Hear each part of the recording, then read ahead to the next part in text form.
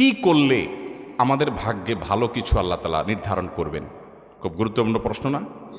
যে আমাদের জীবনে সৌভাগ্যবান আমরা কিভাবে হব, কিভাবে আমরা সৌভাগ্যের অধিকারী হব, ভাগ্য সুপ্রসন্ন হবে কি করলে? আল্লাহ তাআলা তো আগেই নির্ধারণ করে রেখেছেন, আমার এখন কিছু করার আছে কিনা। এটার জবাব হলো তিনটি আমলের কথা আমরা বলবো, তিনটি কর্মসূচির কথা বলবো, যেগুলোর মাধ্যমে আমরা সৌভাগ্যবান হতে পারি, আমাদের নসিবে ভালো কিছু হতে পারে। আরও অনেক আইটেম আছে, অনেকগুলো পয়েন্ট আছে, আমি শুধুমাত্র মৌলিকভাবে তিনটির কথা বলছি। সর্বপ্রথম কাজ হলো আল্লাহর প্রতি ঈমান আনতে হবে, আল্লাহর আনুগত্য করতে হবে, আল্লাহর দাসত্ব এটা আমাদেরকে করতে হবে, আল্লাহর আদেশ নিষেধগুলোকে মেনে চলতে হবে। আমার রব, আমার সৃষ্টিকর্তা, যার কাছে আমাকে ফিরে যেতে হবে। ইন্না লিল্লাহ, নিশ্চয় আমরা সবাই কার? আল্লাহর। ওয়া ইন্না ইলাইহি, এবং আমাদের সবাইকে যেতে হবে আবার কার কাছে? আল্লাহর কাছে আবার যেতে হবে, তার সামনে দাঁড়াতে হবে। সেজন্য আমার রবের নির্দেশের বাইরে আমি চলবো না, তার নিষেধাজ্ঞাকে আমি লঙ্ঘন করব না। এর মধ্যে আমার এই জীবনের প্রত্যেকটা ক্ষেত্রে আমার কল্যাণ নিহিত, আবার এর মাধ্যমে আমার অনন্ত অসীমকালের যে যাত্রা তার কল্যাণও পরিপূর্ণভাবে নিহিত। মোহতারাম হাজরিন, সেই রবের আনুগত্য, তার গোলামি, তার দাসত্ব যদি আমরা পরিপূর্ণভাবে করতে পারি, আমার নিজেকে যদি আমি সারেন্ডার করে দিতে পারি, আল্লাহর কাছে সমর্পণ করে দিতে পারি, আমি যদি প্রকৃত মুসলমান হই, নামে মুসলমান না হয়ে আমি যদি পরিপূর্ণভাবে আল্লাহর গোলামি করতে পারি, যে আল্লাহর আদেশ আছে, পৃথিবীতে আর কার আদেশ আছে বা নাই আমার দেখার দরকার নাই, কারণ আমি গোলাম আল্লাহর আর কারণ না। আমি বলেছি আশহাদু আল্লা ইলাহা ইল্লাল্লাহ, আল্লাহ ছাড়া সত্যিকারের মাবুদ আর কেউ নাই, হতে পারে না। অতএব নির্দেশ আমি যদি তার পাই, তাহলে আর কারো নির্দেশ আছে কি নাই সেটা আমার দেখার কোনো প্রয়োজন। এটাই হলো ঈমানের দাবি। আল্লাহ যদি কোনো বিষয় নিষেধ করেন, তাহলে সেই নিষেধাজ্ঞা আমি লঙ্ঘন করব না। তাতে কে খুশি হবে কে নাখুশ হবে, কোনটা আমার টিকবে কোনটা টিকবে না, সেটাও আমার দেখার দরকার না। এটা হলো আপনার ঈমানের দাবি। আর যদি বলেন না, এক্ষেত্রে আমি কম্প্রোমাইজ করব, নানান দিক বিবেচনা করব, নানান মানুষের কথা শুনবো, নানান দিক চলে তারপর দেখে তারপর ডিসিশন নিব, তাহলে আপনি নামে মুসলমান হতে পারেন, আপনি প্রকৃত অর্থে মুসলমান হতে পারেন।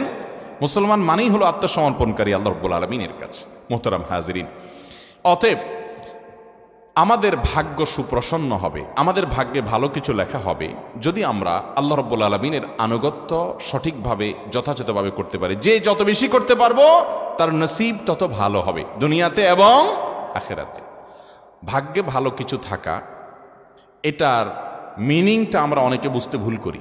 আমরা মনে করি অনেক টাকা পয়সার মালিক হয়ে গেলে, অনেক ব্যাংক ব্যালেন্স হয়ে গেলে, অনেক জমি জমা হয়ে গেলে আমার ভাগ্য ভালো। আর জমি জমা হয় নাই, ব্যাংক ব্যালেন্স হয় নাই, টাকা পয়সা হয় নাই, সহায় সম্পদ বেশি হয় নাই, তার মানে আমার ভাগ্য খারাপ।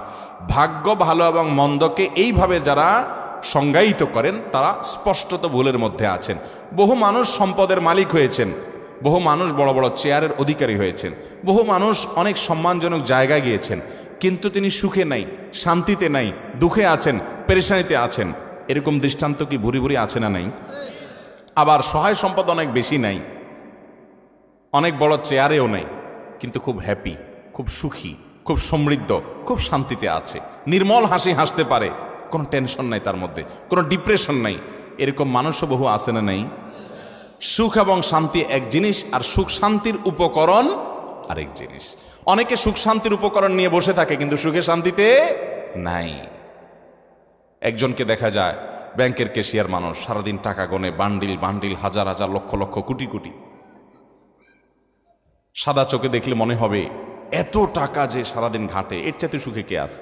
ওই বেচারা জানে যে টাকার গন্ধ কত মারাত্মক, ওই বেচারা জানে যে সারাদিনে ঘাটাঘাটির কারণে কত জীবাণু, রোগ বালাই, টেনশন, পেরেশানি, হাসি, তারপরে আপনার অ্যালার্জি, নানা রকমের অসুখ বিসুখ ও জানে।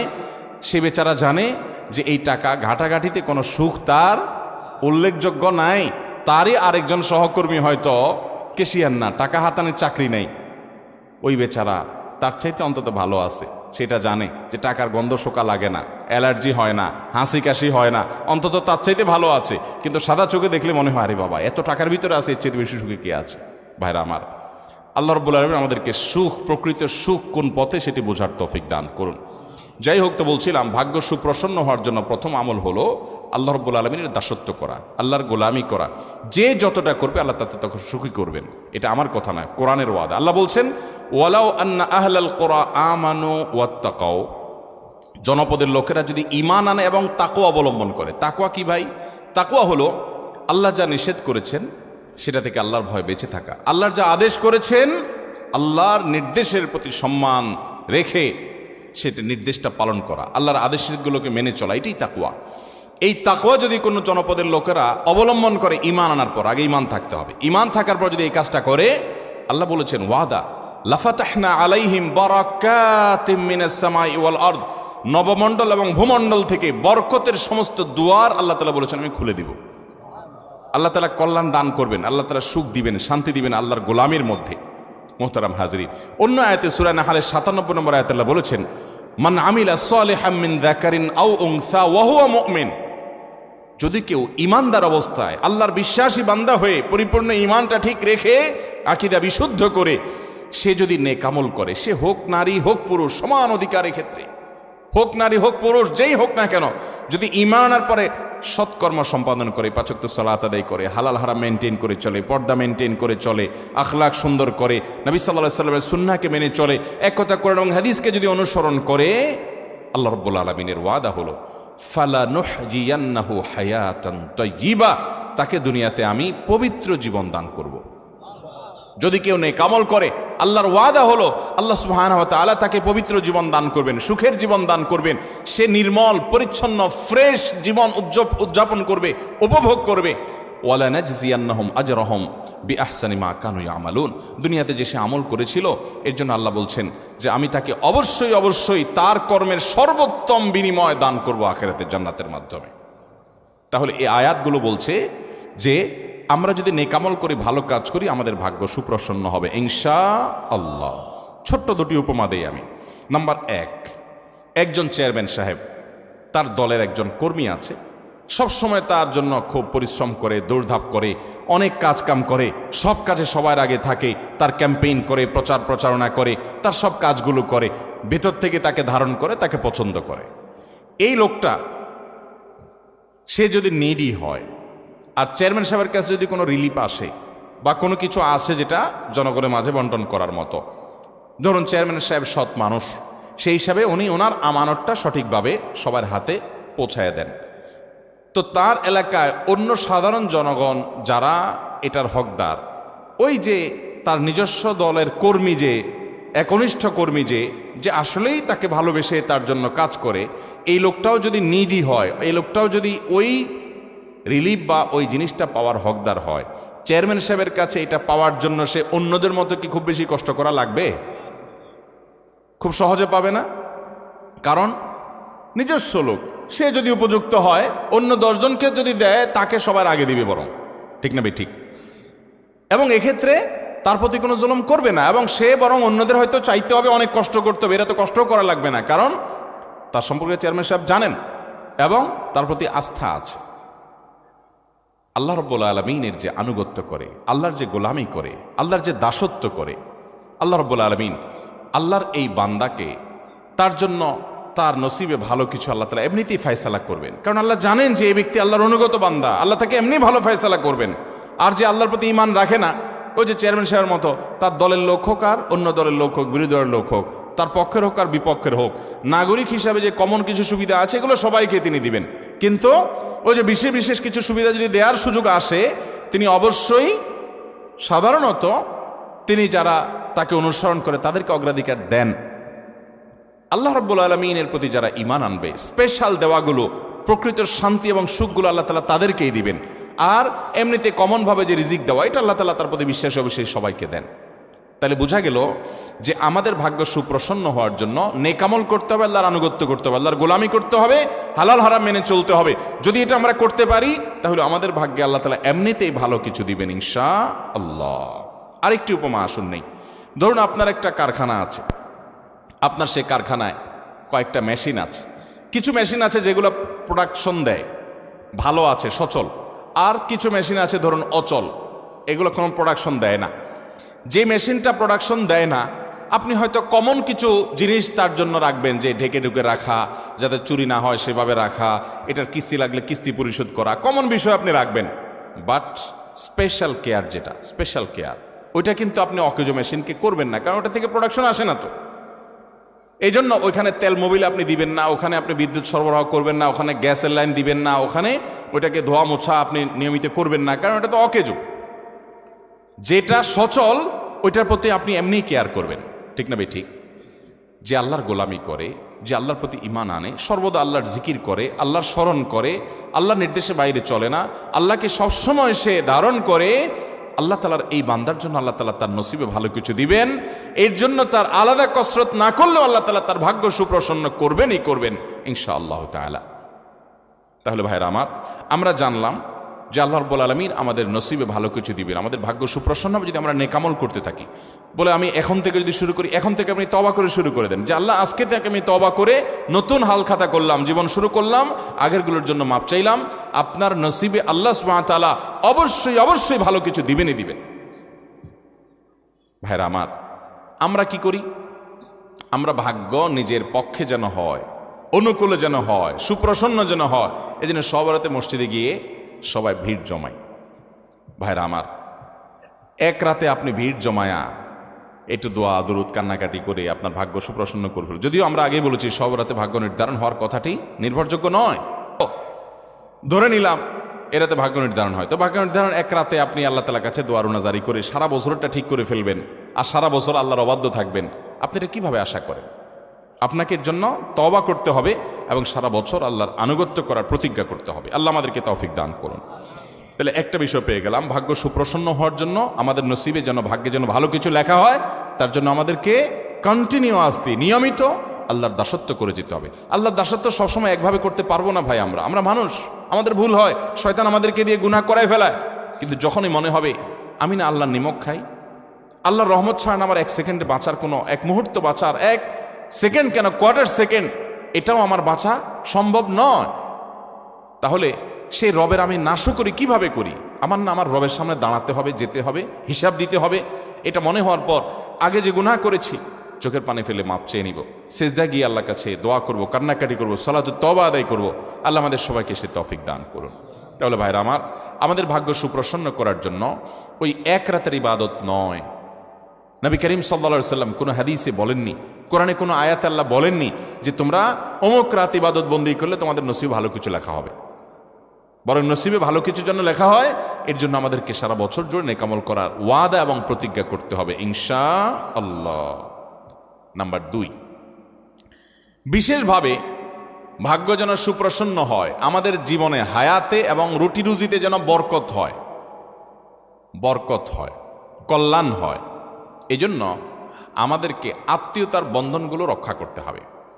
আত্মীয়তার সম্পর্ক যে যত বেশি সংযুক্ত রাখবে, আত্মীয়তার সম্পর্কগুলোকে যে যত বেশি জোড়া লাগাবে, রক্ত সম্পর্কে আত্মীয়দের সাথে যাদের যত সুসম্পর্ক থাকবে, আল্লাহ তাআলা তাদের হায়াতে এবং রিজিকে তত বেশি বরকত দান করবেন, তার ভাগ্য তত সুপ্রসন্ন হবে।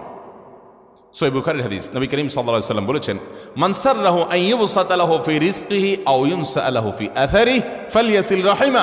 যে চায় তার রিজিককে আল্লাহ প্রশস্ত করে দেন, যে চায় তার হায়াতের মধ্যে আল্লাহ তাআলা বরকত দান করুন, এটা যদি কেউ চায়, সে যেন তার রক্ত সম্পর্কে আত্মীয়দের সাথে সুসম্পর্ক বজায় রাখে। রক্ত সম্পর্কে আত্মীয় কারা?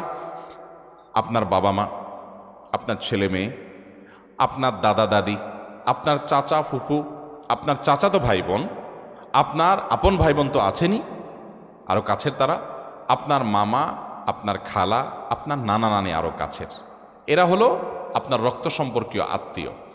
এই আত্মীয়গুলো যাদের সাথে আপনার রক্তের সম্পর্ক আছে, আপনার সাথে আপনার মা, আপনার বাবার রক্তের কানেকশন, অতএব মায়ের দিককার, বাবার দিককার যে আত্মীয়গুলো সরাসরি, তারা হলো আপনার রক্ত সম্পর্কে আত্মীয়। এদের সাথে আপনার সুসম্পর্ক বজায় রাখা দরকার। আমাদের সমাজে এই আমলটা অনেক বেশি অবহেলিত ভাই। রক্তের সম্পর্কীয় মানুষগুলোর সাথে সুসম্পর্ক বজায় রাখা এটা ফরজ, এটা কোনো মুস্তাহাব আমল না, এটা ফরজ। আল্লাহ রাব্বুল আলামিন নির্দেশ করেছেন রীতিমতো ওয়া আনতাসিলুল আরহাম, এবং আল্লাহ নির্দেশ করেছেন তোমরা আত্মীয়তার সম্পর্ক সংযুক্ত রাখো। নবী করিম সাল্লাল্লাহু আলাইহি ওয়াসাল্লাম বলেছেন, মান কাতাহু কাতাহুল্লাহ ওয়া মান ওয়াসালাহু ওয়াসালাহুল্লাহ। যে আত্মীয়তার সম্পর্ক রক্ষা করে আল্লাহ তাকে রক্ষা করেন, যে আত্মীয়তার সম্পর্ককে ছিন্ন করে আল্লাহ সুবহানাহু ওয়া তাআলা তাকে ছিন্ন করে দেন। হ্যাঁ, আপনার আত্মীয় আপনাকে এমন কষ্ট দেয়, এমন ডিস্টার্ব করে বা ক্ষতি করে যে সম্পর্ক রাখতে গেলে বরং আপনার আরো বিপদের কারণ হয়, তাহলে একটা এক্সেপশন। তাহলে আপনি সেক্ষেত্রে তার সাথে সম্পর্ক আপনি বজায় রাখলেন না আত্মরক্ষার প্রয়োজনে, এটা এক্সেপশন হতে পারে।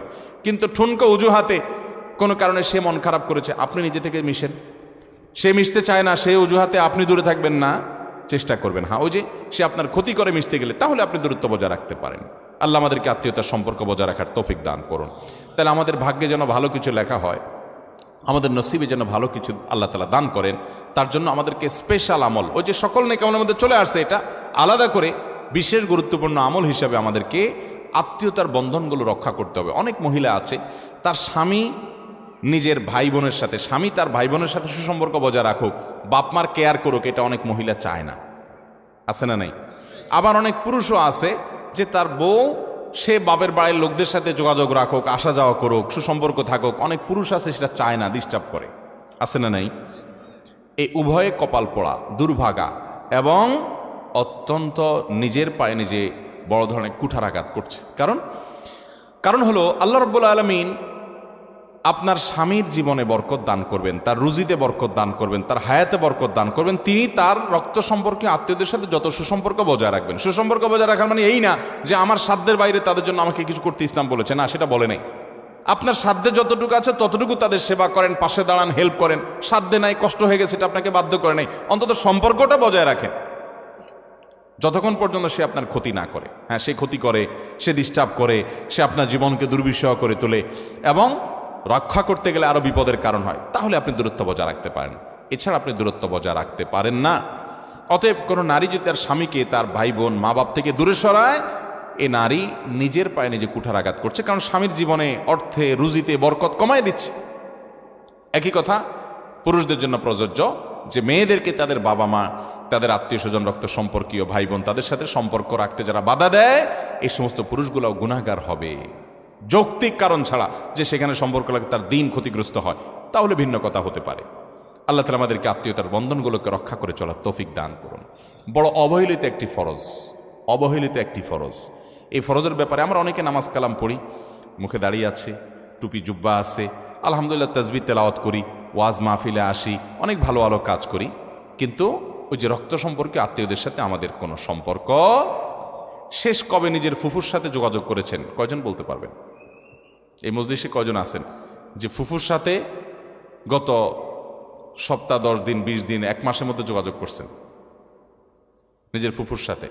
মাশাআল্লাহ, আল্লাহর কিছু বান্দা আছেন, কিন্তু খুব অল্প হাত উঠছে। আর বাকিদের কি কারোর ফুফু নাই? আমার ফুফু নাই, আপনাদের কারোর ফুফু নাই? অনেকের মারা গেছেন। আল্লাহ তাআলা আমাদেরকে এই অবহেলিত আত্মীয়র কেয়ার করার তৌফিক দান করেন।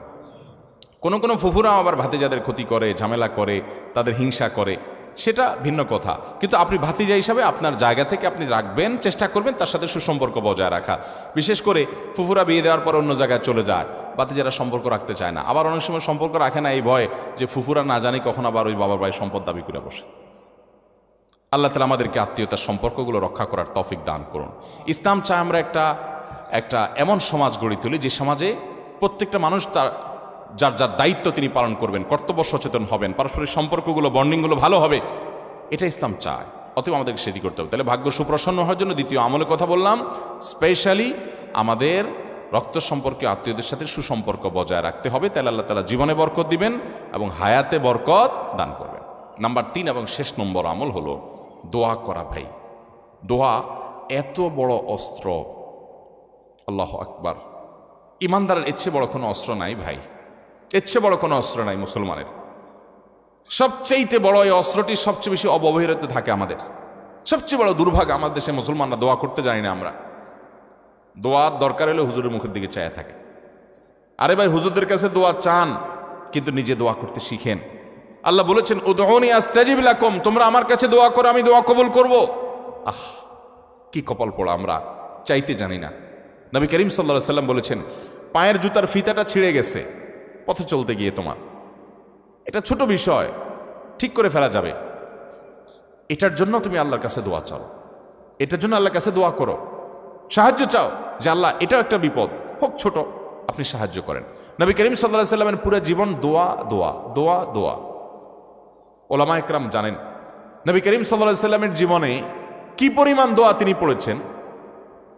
ইমাম নবী রহমতুল্লাহ আলাইহি আল আজকার নামে একটা কিতাব লিখেছেন, হিসনুল মুসলিমের রচয়িতা, তার একটা কিতাব আছে, বাংলা হয়ে গেছে, বান্দার ডাকে আল্লাহ সাড়া, এই মোটা। ডক্টর খন্দকার আব্দুল্লাহ জাহাঙ্গীর রহমানের একটা বই আছে, রাহে বেলায়েত, আরো বই আছে, এরকম অনেক দোয়ার বই আছে, মোটা মোটা। তারপরে আরো অনেক বড় বড় মুহাদ্দিসগণ, আগের মুহাদ্দিসগণ আরো অনেক বড় বড় সংকলন রেখে গেছেন। নবী করিম সাল্লাল্লাহু আলাইহি ওয়াসাল্লামের জীবনে প্রতিটা পদে পদে দোয়া, প্রতিটা পদে পদে, বৃষ্টি হচ্ছে তখন দোয়া, বৃষ্টি হচ্ছে না তখন দোয়া, টয়লেটে ঢুকছেন তখন দোয়া, বের হচ্ছেন তখন দোয়া, খাচ্ছেন তখন দোয়া, খাবার শেষ করেছেন তখন দোয়া, স্ত্রী সবার সময় দোয়া, বাসা থেকে বের হওয়ার সময় দোয়া, বাসায় ঢুকার সময় দোয়া, বাজারে ঢুকছেন তখন দোয়া, মসজিদে ঢুকছেন তখন দোয়া, পরিচিত অপরিচিত মানুষের সাথে সাক্ষাৎ হয়েছে, সালাম দিচ্ছেন, সেটাও একটা দোয়া, নামাজ শেষ করছেন তখনও দোয়া দিয়ে, দোয়া মাসুরা দিয়ে শেষ করছেন, নামাজ শুরু করছেন সূরা ফাতিহা ইহদিনাস সিরাতাল মুস্তাকিম দোয়া দিয়ে শুরু করছেন, বিবাহ শাদী যে সংগঠন হলো এর শেষে নবী সাল্লাল্লাহু আলাইহি ওয়াসাল্লাম দোয়া পড়েছেন, দুধ পান করেছেন দোয়া করেছেন, আরেক কিছু খেয়েছেন দোয়া করেছেন। তার জীবনে দোয়া ছাড়া কিছু নেই, দোয়া এবং দোয়া। আর দোয়া ও হুয়াল ইবাদা, কত বড় অস্ত্র জানেন?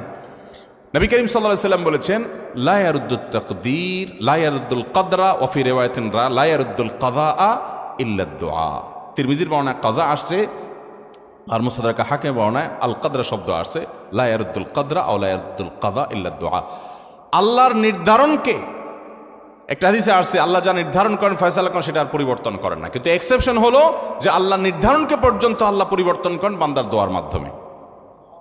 যদিও দোয়া করে যে পরিবর্তিত হয়ে কিছু একটা হবে সেটাও আল্লাহ আগে থেকে জানতেন, আল্লাহর কাছে অজানা বলতে কিছু নাই, কিন্তু দোয়ার মাধ্যমে নবী করিম সাল্লাল্লাহু আলাইহি ওয়াসাল্লাম আল্লাহর কাছে কিছু জিনিস থেকে পানা চাইতেন। ভাইরা আমার, এর ভিতরে একটা হলো ওয়াসুইল কাযা, আল্লাহুম্মা ইন্নী আউযু বিকা মিন দারকিল বালা ওয়া দারকিশ শাকা ওয়াসুইল কাযা ওয়া শামাতাতিল আদা। ওয়াসুইল কাযা, আল্লাহ আপনার কাছে পানা চাই সুউল কাযা, আপনার ফয়সালার ক্ষতি থেকে, আমার ভাগ্যে কোনো ক্ষতিকর কিছু থাকলে এটা থেকে আপনার কাছে পানা চাই আল্লাহ। নবী সাল্লাল্লাহু আলাইহি ওয়াসাল্লাম দোয়া করতেন। আমরা কয়বার দোয়া করি? অতএব ভাইরা আমার, আল্লাহর কাছে দোয়া করতে থাকবো, আল্লাহ আপনি আমাকে আপনার কাজা, আপনার কদরের ক্ষতি থেকে আমাকে আপনি পানা দেন, আমার জন্য কোনো ক্ষতি স্পর্শ না করে আমার নসিবে যেন ভালো কিছু হয়। ভাগ্যকে পর্যন্ত আল্লাহ রাব্বুল আলামিন পরিবর্তন করে দেন, যেটা গায়রে মোবরাম তাকদীর দুইটা প্রকার আছে, বিস্তারিত আলোচনা আমি যাওয়ার সুযোগ নাই, সেটা আল্লাহ তাআলা দোয়ার মাধ্যমে পরিবর্তন করেন। এই জন্য চোখের পানি ফেলা, দোয়া করতে জানা। ভাইরা, আমরা দোয়া করতে জানি না, বড় বড় কপাল পড়া। দোয়া করতে আমরা বলি কি যে আমি দোয়া করতে জানি না। দোয়া করতে জানেন না? দোয়ার মতো সহজ কাজ আরেকটা নাই, সবচেয়ে সহজ কাজ দোয়া করা। এই জন্য দোয়ার জন্য অজুও লাগে না, বিনা অজুতে দোয়া করা যায়। এমনকি গোসল ফরজ হয়েছে, আপনি দোয়া চালাতে পারেন, নামাজ পড়তে পারবেন না, কোরআন তেলাওয়াত করতে পারবেন না, কিন্তু দোয়া করতে পারবেন। এরকম সহজ একটা কাজ, কিন্তু আমরা করি না। আপনি একা একা হাঁটছেন, আপনি আল্লাহর সাথে কথা বলেন। দোয়াটা মানে হলো মুনাজাত মা আল্লাহ। মুনাজাত মানে হলো কানাঘুষা, আল্লাহর সাথে কথা বলা ফিসফিস করে। আপনার মনে অনেক ব্যথা, অনেক ব্যথা, কাউকে বলতে পারছেন না, খুব পেরেশানিতে আছেন। আপনাকে আমি আল্লাহর শপথ করে বলি, আপনি সুন্দর করে ওযু করেন, 2 রাকাত নামাজ পড়েন, ধীরে সুস্থে, লম্বা রুকু, লম্বা সিজদা দিয়ে, কেরাত দিয়ে, আস্তে আস্তে নামাজ শেষ করে একটু হাত তুলে আল্লাহর পাশে, আল্লাহর কাছে একটু আপনি কথা বলেন, চোখের পানি ফেলেন, একটু কথা বলেন। আল্লাহ, আমার মনে এই কষ্ট, আমি শপথ করে বলতে পারি আপনার মন হালকা হবে। আল্লাহর উপরে ভরসা করে বলতে পারি, যদি আপনি শর্তগুলো সঠিকভাবে করতে পারেন, ঠিক রেখে, ইনশাআল্লাহ আপনার মন হালকা হবে। কারণ নবী সাল্লাল্লাহু আলাইহি ওয়াসাল্লাম ইজা ফাজাআহু আমরুন সাল্লা ওয়া ফি রাওয়াতিন ফাজাআ ইলাস সালাহ। নবী সাল্লাল্লাহু আলাইহি ওয়াসাল্লামের জীবনে কখনো পেরেশানি আসছে, সোজা নামাজে দাঁড়িয়ে যেতেন। আল্লাহ বলেছেন ওয়াস্তাঈনু বিস সাবরি ওয়াস সালাহ, তোমরা সালাত এবং সবরের মাধ্যমে আল্লাহর সাহায্য চাও, বিশেষ করে তাহাজ্জুদের সময়। এটা তো বিলুপ্ত হয়ে গেছে ভাই, এই আমল তো মুর্দা হয়ে গেছে আমাদের সমাজ থেকে। তাহাজ্জুদ, এটা তো পরের কথা, ফজরই পড়তে পারি না আমরা, রাত 2টা বাজে শুই। নবী করিম সাল্লাল্লাহু আলাইহি সাল্লাম তাহাজ্জুদের সময় আমাদেরকে আল্লাহর কাছে দোয়া করার শিক্ষা দিয়েছেন। আল্লাহ তাআলা দুনিয়া আসমানে এসে বান্দাকে ডেকে ডেকে বান্দাকে ক্ষমা করেন। 5 ওয়াক্ত নামাজের জন্য আজান দেয় মুয়াজ্জিন, 5 ওয়াক্ত নামাজের জন্য ডাকে কে? মুয়াজ্জিন। আর তাহাজ্জুদের জন্য ডাকেন স্বয়ং আল্লাহ তাআলা। তাহাজ্জুদের জন্য কে ডাকে? তাহাজ্জুদের জন্য আল্লাহ সুবহানাহু ওয়া তাআলা। হাদিসে আসছে নবী করিম সাল্লাল্লাহু আলাইহি সাল্লাম বলেছেন যে রাতের শেষ প্রহরে আল্লাহ তাআলা দুনিয়ার আসমানে এসে বান্দাদেরকে ডেকে ডেকে বলেন, আলামিন মুবতালান ফাউআফিয়ালা, আলামিন মুস্তাগফিরিন হালমিন মুস্তাগফিরিন ফাগফিরালা। কেউ কি আছো গুনাহ মাফ চাইবা আমার কাছে, উঠো চাও, আমি মাফ করে দিব। আল্লাহ ডেকে ডেকে মাফ করেন। ভাইরা আমার, খুব অসুবিধা, ভোর রাতে উঠে যান, একটু তাহাজ্জুদ পড়েন, 2 রাকাত 4 রাকাত 6 রাকাত 8 রাকাত, লম্বা কেরাতে লম্বা রুকু সিজদা দিয়ে। আমরা যেন আয়েশা রাদিয়াল্লাহু আনহা বলেছেন নবী করিম সাল্লাল্লাহু আলাইহি ওয়াসাল্লাম তাহাজ্জুদ যে পড়তেন, লা তাসআল আন হুসনিহিন্না ওয়া তুলিহিন্না, আর বলো না, জিজ্ঞাসা করো না সে কি সুন্দর ছিল। দাঁড়িয়ে কেরাত শুরু করলে আর রুকুতে যেতেন না, রুকুতে গেলে আর উঠতে চাইতেন না, সিজদা গেলে আর উঠতে চাইতেন না। ভাইরা আমার, আমি প্রায় সময় বলি কয়েকটা ইবাদতের নগদ স্বাদ পাওয়া যায়, একটু চেষ্টা করলে আপনিও পাবেন। এটার জন্য কোনো বিশেষ বুজুর্গের দরকার নাই, আপনিও পাবেন। অবশ্য হারাম উপার্জন ছাড়তে হবে, চোখের জেনা ছাড়তে হবে, কিছু গুনাহ থেকে ছাড়লে ইবাদতের স্বাদটা বেশি পাওয়া যায়। কিন্তু তারপরেও আপনি শুরু করেন ধীরে স্থিরতার সাথে, সুন্দর করে, আস্তে আস্তে, ওয়াকারের সাথে, এহতেরামের সাথে, আল্লাহ রাব্বুল আলামিনের শান এটা মাথায় রেখে ধীরে ধীরে আপনি সময় নিয়ে একটু রুকু সিজদা করেন, নামাজ পড়েন, সিজদা পড়ে যান, একটু চোখের পানি ফেলে দেন। সালাহাতু সঙ্গে বৌদি দিল খারাস, আজ মোদে এক জামানা খাকে বাস, পাথর হয়ে বহুকাল ছিলে ভাই, একটু কিছুকাল মাটি হয়ে দেখো। দোয়া করা, দোয়ার মাধ্যমে আল্লাহ তাআলা তাকদীর পর্যন্ত পরিবর্তন করে দেন। আল্লাহ রাব্বুল আলামিন আমাদেরকে আল্লাহর কাছে দোয়া করার তৌফিক দান করুন। শয়তান আমাদেরকে বুঝায় কি, আরে আমাদের দোয়া কবুল হবে, আমার নামাজের ঠিক নাই, আমার রোজার ঠিক নাই, আমার দাড়িটা মুখে নাই, আমি পর্দা ঠিক মতো করি না, আমি গুনাহের কাজ করি, গোপন গুনাহ করি, এটা করি সেটা করি, আমার দোয়া কি কবুল হবে? আমরা আল্লাহর কাছে চাইতে লজ্জা করি। আরে যে যত বেশি পাপিষ্ঠ সে তো আল্লাহর কাছে তত বেশি চাইবে, আরো তার তো চাওয়া আরো বেশি দরকার। ইবলিস আল্লাহর কাছে দোয়া করছে, আল্লাহ রাব্বুল আলামিন যখন বলছেন সিজদা করো, সিজদা তো করেই নাই। আবা ওয়াস্তাকবারা ওয়া কানা মিনাল কাফিরিন, অস্বীকার করছে, অহংকার করেছে, কাফের হয়ে গেছে। ওই টাইমে শয়তান আল্লাহর কাছে চায় বসছে, কি চাইছে? আনজিরনি ইলা ইয়াউমি ইউবাসুন, আল্লাহ কিয়ামত পর্যন্ত আমাকে হায়াত দেন যেন শয়তানি করতে পারি। শয়তানে আল্লাহর কাছে হায়াত চেয়ে নিছে কি করার জন্য? শয়তানি করার জন্য। দেখেন, করবে শয়তানি, এটার জন্য আবার দোয়া করতেছে কার কাছে? চিন্তা করেন। তাও আবার কখন? যখন আল্লাহ আদমকে সিজদা করতে বলছেন, সিজদা করে নাই, আল্লাহর সামনে সরাসরি বিদ্রোহ, এত বড় বেয়াদবির পর আল্লাহ রাগান্বিত হওয়ার সময় ওই টাইমে আল্লাহর কাছে দোয়া করছে। কারণ শয়তান আল্লাহকে চিনে, যে আল্লাহ হাদিসে কুদসিতে বলেছেন সাবাকাত রাহমাতি আলা গাদাবি, আমার রাগের উপরে আমার রহমতটা এটা প্রবল থাকে, এটা শয়তান জানে। আমরা রাগ হয়ে গেলে বেতাল হয়ে যাই, আল্লাহ সুবহানাহু ওয়া তাআলা তো আহকামুল হাকিমিন, তার সাথে তো মাখলুকের কোনো তুলনা চলে না। এটা শয়তান জানে, আল্লাহকে চিনে, সে আল্লাহকে ইবাদত করেছে একদম ফেরেশতাদের সাথে থেকে, সে জানে। এই জন্য রাগের মুহূর্তে পর্যন্ত আল্লাহর কাছে দোয়া করে পড়ছে। আল্লাহ বলেছেন ইন্নাকা মিনাল মুনজারিন, যাও তোমাকে হায়াত দেয়া হলো, শয়তানি করার সুযোগ দেয়া হলো, চাইছো একটা জিনিস দিলাম, বেঁচে থাকবা কিয়ামত পর্যন্ত। তাহলে শয়তান যদি আল্লাহর কাছে দোয়া করে, আল্লাহর রাগের সময় যদি আল্লাহ কবুল করেন, আমাদের দোয়া কবুল হবে না ইনশাআল্লাহ? তাহলে দোয়া করবো তো ইনশাআল্লাহ। হুজুরদের মুখের দিকে চায় থাকবো না সবসময় দোয়ার জন্য। ছেলে মুসলমানি করাবেন, হুজুর লাগবে। ছেলের আকিকা দিবেন, হুজুর লাগবে। ব্যবসা বাণিজ্য শুরু করবেন, হুজুর লাগবে। দোকানে উঠবেন, হুজুর লাগবে। গাড়িতে নতুন উঠবেন, হুজুর লাগবে। কিরে ভাই, এই হুজুরদের কন্ট্রাক্টারি দিয়ে কত দোয়া করবেন? আলেমদের কাছে দোয়া চান, আর দোয়া চাওয়া ছাড়াও আলেমদেরকে হাদিয়া দেন। কারণ নেককারদের হাদিয়া দেওয়া উচিত, কর্তব্য। লা ইয়াকুল তুআমাকা ইল্লা তাকি, তাদেরকে হাদিয়া দেন, খানা খাওয়ান, মেহমানদারি করেন, উপহার দেন, উপঢৌকন দেন, সেটা ভিন্ন বিষয়। আবার দোয়াও চান, কিন্তু নিজের দোয়াও করা আমাদেরকে শিখতে হবে। আল্লাহ আমাদের সবাইকে দোয়া করার তৌফিক দান করুন। ভাইরা আমার, তাহলে তিনটা কথা আমরা বললাম। আমাদের ভাগ্য যদি সুপ্রসন্ন করতে চাই, নসিবে ভালো কিছু লেখা হোক যদি আমরা চাই, আল্লাহর গোলামি এবং আল্লাহর দাসত্ব, আল্লাহর হুকুমগুলো মেনে চলার জন্য সিরিয়াস হতে হবে, এবং যে যত বেশি হতে পারবো তার নসিবে আল্লাহ তাআলা তত ভালো কিছু দিবেন ইনশাআল্লাহ। দ্বিতীয়ত, আত্মীয়তার সম্পর্ক যে যত বেশি ভালো রাখতে পারবে আল্লাহ তাআলা তার জীবনে তত বরকত দিবেন। বরকত এক জিনিস, পয়সা আরেক জিনিস। বরকত এক জিনিস, পয়সা, ভাই পয়সা অল্প কামাইছে, যদি আল্লাহ ওই পয়সাতে বরকত দান করেন, বরকত মানে কল্যাণ, বারাকা, এই বারাকা যদি আল্লাহ তাআলা অল্প টাকায় দান করেন, অল্প রুজিতে দান করেন, দেখবেন যে তার উপকারিতা হিউজ, খরচ করার পর আরো শেষ হচ্ছে না। আর অনেকে অনেক কামাই করছে কিন্তু বরকত নাই, কল্যাণ নাই, দেখবেন যে কেমনে শেষ হয়ে গেছে টেরও পাচ্ছে না, আরো দেনা হয়ে গেছে। আছে না নাই? ভাইরা আমার, আমরা তো শুধু কেবল পয়সা চাই। আমি সব সময় বিভিন্ন জায়গায় বলার চেষ্টা করি, নবী করিম সাল্লাল্লাহু আলাইহি সাল্লামের শত শত হাজার হাজার দোয়া হাদিসে বর্ণিত আছে, তিনি দোয়াগুলো পড়েছেন। একটা দোয়াও আমি জানি না তিনি আল্লাহর কাছে এভাবে দোয়া করেছেন, আল্লাহ আমাকে অনেক পয়সা দেন, আল্লাহুম্মা ইন্নী আসআলুকা কাসরাতাল আমওয়াল। কোন দোয়া নাই এরকম যে আল্লাহ অনেক পয়সা দেন, আল্লাহ অনেক জমি জমা দেন, আল্লাহ অনেক ব্যাংক ব্যালেন্স দেন। এটা নবী সাল্লাল্লাহু আলাইহি ওয়াসাল্লাম কখনো চান নাই। কি চাইছেন? আল্লাহুম্মা ইন্নী আসআলুকাল আফিয়াহ, আল্লাহ আপনার কাছে শান্তি চাই। কি চাই? পয়সা চান না শান্তি চান? পয়সা চান না? এই তো দুদুল্যমানা হয়ে গেল।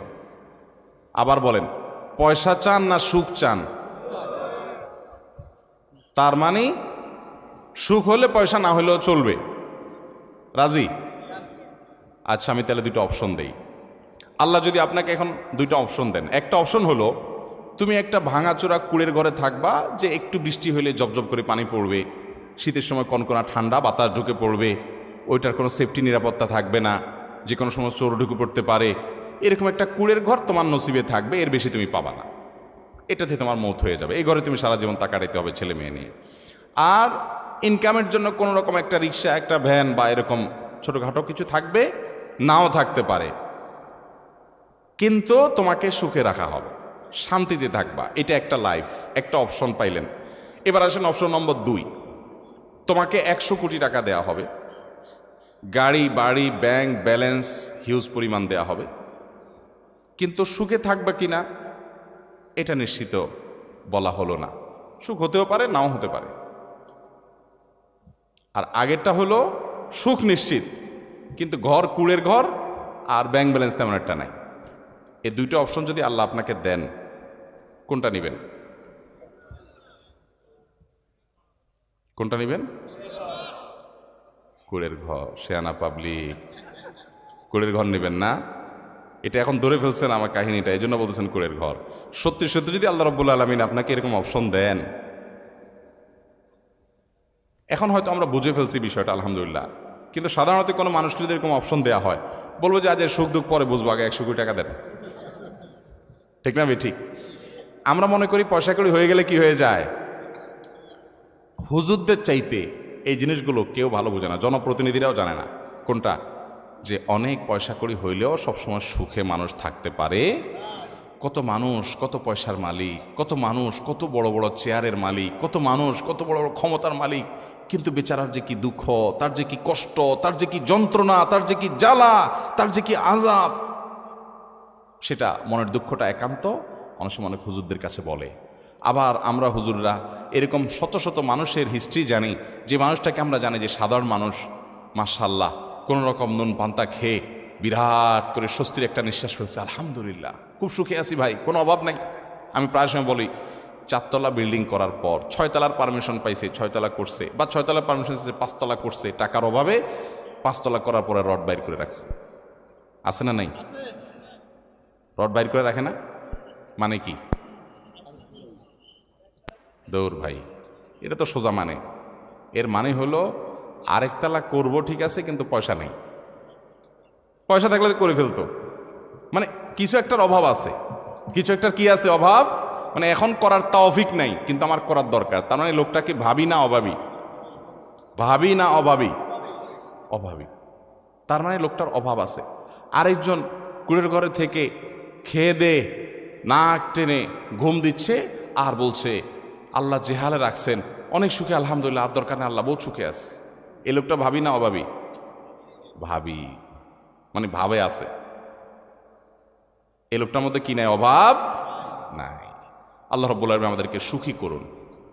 ভাইরা, আল্লাহ দোয়া শিক্ষা দিয়েছেন, রব্বানা আতিনা ফিদ দুনিয়া হাসানা ওয়া ফিল আখিরাতি হাসানা। দেখেন, আল্লাহ আপনি আমাদেরকে হাসানা দেন, মানে কি? কল্যাণ দেন, ভালো দেন। সে ভালোটা অল্প পয়সায়ও হতে পারে, অনেক বেশি পয়সায়ও হতে পারে। অনেকে শুধু আল্লাহর কাছে পয়সা চায়, আছে না নাই? কি চায়? শুধু পয়সা। অনেক বেকার যুবক আছে, বলে আল্লাহ বেশি না, 1,03,000 টাকা হলে একটা বাইক কিনবো, উবারে রাইড চালাবো, আর বাকি টাকা দিয়ে বিয়ে শাদী করে ফেলবো, আল্লাহ মোটামুটি চলবো। 3 লাখ হইলে চলবে, আল্লাহ আর লাগবে না, দিয়ে দাও। আছে না নাই? ওই 3 লাখে যে শান্তি হবে গ্যারান্টি আছে? বাইক নিয়ে পরের দিন যদি আপনি অ্যাক্সিডেন্ট হয়ে মরেন, কি করবেন এই টাকা দিয়া? অতএব টাকার ফিগার নয়, আল্লাহর কাছে দোয়ার আদব, দোয়ার শিষ্টাচার আছে। আল্লাহর কাছে শান্তি চাইতে হয়। নবী সাল্লাল্লাহু আলাইহি ওয়াসাল্লাম সুখ চাইছেন, আল্লাহ সুখ চাই, কয় টাকা দিবা তুমি জানো, তুমি সুখ কয় টাকা দিবা সেটা তুমি জানো, আমি কি চাই? সুখ চাই। উল্টাপাল্টা দোয়া করে বিপদে পড়ার ঘটনা জানেন না? যে প্রসিদ্ধ ঘটনা, এক যুবক দোয়া করছে আল্লাহর কাছে, আল্লাহ এমন একটা লাইফ দিবা, এমন একটা জীবন চাই তোমার কাছে, যে 2 হাত ভর্তি টাকা থাকবে আর আশপাশে সব নারী আর নারী থাকবে, এনজয় করব। 2 হাত ভর্তি টাকা থাকবে আর আশপাশে নারী আর নারী থাকবে। তো এই বেচারা দোয়া আল্লাহ কবুল করে ফেলছে। এবং কবুল হয়েছে কীভাবে? সে কোন মহিলা স্টাফ বাসের বা মহিলা কোনো শিক্ষা প্রতিষ্ঠানের বাসের কন্ট্রাক্টরে চাকরি পাইছে, হাত ভর্তি টাকা, আশপাশে সব মহিলা, মহিলা অন্যজনের টাকাও সব। উল্টাপাল্টা দোয়া করলে কি হয় দেখছেন তো? আল্লাহ তাআলার কাছে চাইবেন কি সুখ না টাকা? কিন্তু আমরা এটা বিশ্বাস করতে চাই না, মনে করি আরে হুজুর পয়সা পেলে আপনিও খুশি। ভাইরা আমার, এটা আমাদের ইমানি দুর্বলতা, এটা আমাদের ইমানি দুর্বলতা। আল্লাহ রাব্বুল আলামিন যদি কাউকে শান্তি দেন পয়সা ছাড়াও দিতে, আমরা আল্লাহর কাছে শান্তি চাইব, সুখ চাইব। দেখেন আমরা এই যে আমাদের সন্তানদের জন্য দোয়া করি, কি দোয়া করি বলেন তো? বেশিরভাগ মানুষ কি দোয়া করে? আমাদের দোয়াগুলো যারা কোরআন হাদিসের বাতানো দোয়া পড়ি না, নিজে থেকে দোয়া করি, অনেক সময় ভুল দোয়া করি, সবাই না, অনেক সময় ভুল দোয়া করেন অনেকে।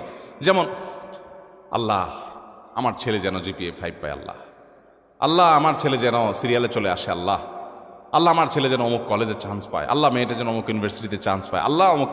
এই না আমাদের দোয়া। আচ্ছা, এটা সাময়িক একটা টার্গেট হতে পারে, দোয়া হতে পারে, এটাতে এটা করলে গুনাহ হয়ে যাবে, এ দোয়া করলে একেবারে ভুল হয়ে যাবে, আমি সেটা বলছি না। কিন্তু আমি বলছি দেখেন আল্লাহ কি দোয়া শিক্ষা দিচ্ছেন। সূরা ফুরকান আয়াত নম্বর 74 আল্লাহ শিক্ষা দিচ্ছেন, রব্বানা হাব লানা মিন আজওয়াজিনা ওয়া যুররিয়াতিনা কুররাতা আয়ুন ওয়াজআলনা লিল মুত্তাকিনা ইমামা। কি দোয়া! এ দোয়ার অর্থ জানেন? সুবহানাল্লাহ, হায়রান হয়ে যাবেন এর অর্থ শুনলে। আল্লাহ সুবহানাহু ওয়া তাআলা বলছেন যে তুমি দোয়া করো, ওয়াল্লাযীনা ইয়াকুলুনা রব্বানা হাব লানা মিন আজওয়াজিনা ওয়া যুররিয়াতিনা কুররাতা আয়ুন। এইটুকু শুনেন, মানে কি? হে আমার রব, আমার সন্তান সন্ততি, আমার জীবন সঙ্গী সঙ্গিনী, স্ত্রী স্বামী, নারী পুরুষ একে অন্যজনের জন্য দোয়া করবে। আল্লাহ এমন সঙ্গী জীবন সঙ্গী দান করেন, এমন সন্তান দান করেন যারা আমার চক্ষু শীতলকারী হবে। কি হবে? দেখেন, চক্ষু শীতলকারী হবে, এই কথার মধ্যে সব চলে আসছে। পৃথিবীর এমন কিছু নাই যে সন্তানের জন্য আপনি চান নাই একটা শব্দে। শব্দটা হলো কি? নয়ন জোড়ানো সন্তান, চক্ষু শীতল করা সন্তান, যাকে দেখলে আমার চোখটা শীতল হয়ে যাবে, অন্তরটা জুড়াইয়া যাবে। এই নয়ন জোড়ানো চোখ শীতল করা সন্তান, এর মানে হলো এই সন্তান এমন সন্তান চাই সব দিক থেকে পারফেক্ট হবে। কারণ আল্লাহ আপনাকে একটা সন্তান দিয়েছেন ফুটফুটে সুন্দর, হ্যান্ডসাম, দেখতে মাশাআল্লাহ খুব সুন্দর, কিন্তু ছেলেটা অন্ধ। আপনার অন্তর জোড়াবে? আপনার দিল ঠান্ডা হবে এই বাচ্চা দেখলে যে আমার ছেলেটা এত সুন্দর কিন্তু সে চোখে দেখতে পায় না। আপনাকে আল্লাহ তাআলা একটা ছেলে দিয়েছেন না, চোখেও কোনো সমস্যা নাই, তার সকল অঙ্গ প্রত্যঙ্গ ঠিক আছে, দেখতে শুনতে সুন্দর, মাশাআল্লাহ, ফুটফুটে, চোখ কান নাক সবই ভালো, সে বিকলাঙ্গ না, কিন্তু ছেলেটার মেধা টেধা কিচ্ছু নাই, একদম বোকাশোকা, কিচ্ছু বুঝে না। আপনার ভালো লাগবে? আপনার চোখ শীতল হবে এই সন্তানকে দেখে? আফসোস হবে না, আমার ছেলেটা কিচ্ছু বুঝে না, বেকুব। আল্লাহ তাআলা আপনার সন্তানকে সুস্থ রাখছেন, আবার বুদ্ধিশুদ্ধিও দিছেন, দেখতে শুনতেও ভালো, কিন্তু ছেলেটা অমানুষ। কি বলেন? একে দেখলে আপনার দিল জোড়াবে? আবার ছেলেটা দেখতে শুনতেও সুন্দর, চোখ মুখ সব ঠিক আছে, আবার সে বুদ্ধিশুদ্ধিও আছে, আবার সে অমানুষও না, ছেলে হিসেবে মানুষ হিসেবেও খুব ভালো, ভদ্র, আপনার কথা শুনে সবই ঠিক আছে, কিন্তু তার জীবনে কোনো উন্নতি বরকত নাই, পয়সা করি নাই, চাকরি বাকরি নাই, বেকার, কষ্টে দিনাতিপাত করে। এই ছেলেকে দেখলে আপনার ভালো লাগবে? ছেলের অবস্থা দেখলে আপনার ভালো লাগবে? আপনি এরকম কত পয়েন্ট বলবেন? আপনি 200 পয়েন্ট বলতে পারেন, থাকে আরেকটা থাকে না, আমাদের মন খুশি হয় না যে আমার ছেলের সব আছে, এটা নাই। আল্লাহ সুবহানাহু ওয়া তাআলা এমন এক শব্দ শিখিয়ে দিয়েছেন, কারণ আল্লাহ তো জানেন যে কিভাবে দোয়া করতে, নিজে শিখিয়ে দিয়েছেন, রব্বানা হাব লানা মিন আজওয়াজিনা ওয়া যুররিয়াতিনা কুররাতা আয়ুন। আল্লাহ আমার জীবন সঙ্গী, আমার সন্তান এমন দান করেন যে তাকে দেখলে আমার চোখ, আমার নয়ন কি করবে? শীতল হয়ে যাবে, জুড়ে যাবে। তাহলে চোখ শীতল হওয়ার জন্য সব দিক থেকে পারফেক্টনেস লাগবে, তারপরে সব দিক থেকে, মোটামুটি সব দিক থেকে আমার সন্তান দেখে যেন আমার ভালো লাগে, আপনি সেরকম সন্তান দান করেন। দেখছেন দোয়ার আদব আল্লাহ তাআলা শিখিয়ে দিয়েছেন। উল্টাপাল্টা দোয়া না করে সুন্নাহসম্মত মাসনুন দোয়াগুলো আমরা বেশি বেশি নিবেদন করবো। আল্লাহ আমাদের সবাইকে তৌফিক দান করুন। আমি আমার বুঝজ্ঞান হয়েছে থেকে এই দোয়া পড়ি, রব্বানা হাব লানা মিন আজওয়াজিনা ওয়া যুররিয়াতিনা কুররাতা আয়ুন ওয়াজআলনা লিল মুত্তাকিনা ইমামা। সবাই আমল করবো তো ইনশাআল্লাহ। এখন কথা হলো যে দোয়ার মাধ্যমে আল্লাহ তাআলা ভাগ্য ঠিক করে দেন। অনেক সময় দেখা যায় আমি দোয়া করছি কিন্তু ভাগ্য ঠিক হলো না, এই যে দোয়াটা পড়ছেন কিন্তু সন্তানটা ওইরকম হলো না, তাহলে বুঝতে হবে হয় আপনার দোয়াতে কোনো ত্রুটি আছে, ইস্তেগফার করে দোয়া আরও বাড়াইতে হবে, অথবা বুঝতে হবে যে আল্লাহ সুবহানাহু ওয়া তাআলা আপনাকে এটা দেন নাই, এর চাইতে বেটার কিছু দিবেন ইনশাআল্লাহ। আল্লাহ তাআলা আমাদের দোয়াকে বিফলে যেতে দিবেন না যদি দোয়ার শর্ত আদায় করে আমরা মৌলিকভাবে ঠিকঠাক মতো দোয়া করি। আল্লাহ আমাদের সবাইকে সেই তৌফিক দান করুন। ভাইরা আমার, তাহলে তাকদীরের প্রতি ঈমানের গুরুত্ব আমরা জানলাম, তাকদীরের স্তরগুলো আমরা জানলাম। আল্লাহ রাব্বুল আলামিনের কাছে আমাদের তাকদীর, আমাদের আল্লাহর ফয়সালা আমাদের জন্য, এটা যেন ভালো হয়, কিভাবে আমরা নিবেদন করব, কিভাবে আশা করব, কি আমল করব, কি করলে আমাদের ভাগ্য সুপ্রসন্ন হবে, সৌভাগ্যের অধিকারী হব, সে আমল জানলাম। এর বাইরে দুরূদ বেশি বেশি করে পাঠ করা, ইস্তেগফার বেশি বেশি পাঠ করা, এগুলোও সৌভাগ্যের অধিকারী হওয়ার অন্যতম একটা পূর্বশর্ত। আল্লাহ রাব্বুল আলামিন আমাদের সবার নসিবে ভালো কিছু রাখুন।